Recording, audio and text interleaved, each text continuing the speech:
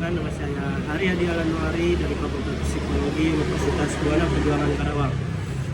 Saya di sini akan menjelaskan tentang apa itu psikologi industri dan organisasi. Di sini saya akan memberitahukan atau menjelaskan sedikit tentang PIO. Ketika kita mendengar kata industri dan organisasi, yang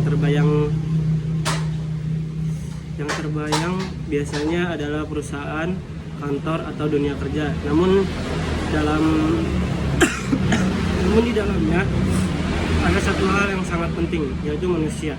Nah, di sini peran psikologi industri dan organisasi. Lalu psikologi industri dan organisasi adalah cabang ilmu psikologi yang mempelajari perilaku manusia, sikap, dan proses mental manusia dalam konteks kerja dan organisasi. PIO mempelajari bagaimana seseorang bekerja, berinteraksi dengan rekan kerjanya, merespon pimpinan, serta bagaimana lingkungan kerja mempengaruhi kinerja kesejahteraan psikologisnya. Di sini tujuan utamanya adalah bukan hanya membuat karyawan bekerja lebih keras, tetapi juga bekerja dengan sehat, nyaman, dan produktif. Lalu, mengapa PIO penting?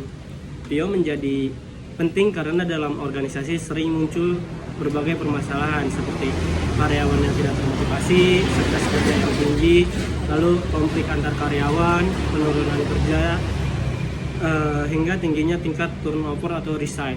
Melalui pendekatan psikologi, PIO membantu organisasi memahami penyebab perilaku tersebut, bukan hanya gejalanya. Dengan begitu solusi yang diberikan menjadi lebih tepat agar tidak menjadi berkelanjutan. Lalu ruang lingkup psikologi industri dan organisasi dibagi dua, yaitu ada psikologi industri. Psikologi industri berfokus pada individu sebagai pekerja. Beberapa kajian utamanya meliputi rekrutmen dan seleksi karyawan, tes psikologi dalam dunia kerja, penempatan karyawan sesuai kemampuan, terus penilaian kinerja, serta kepelatihan dan pengembangan karyawan. Di sini contohnya, ketika sebuah perusahaan ingin merekrut karyawan baru, psikologi industri membantu menentukan siapa yang paling sesuai berdasarkan kemampuan kepribadian dan potensi kerjanya.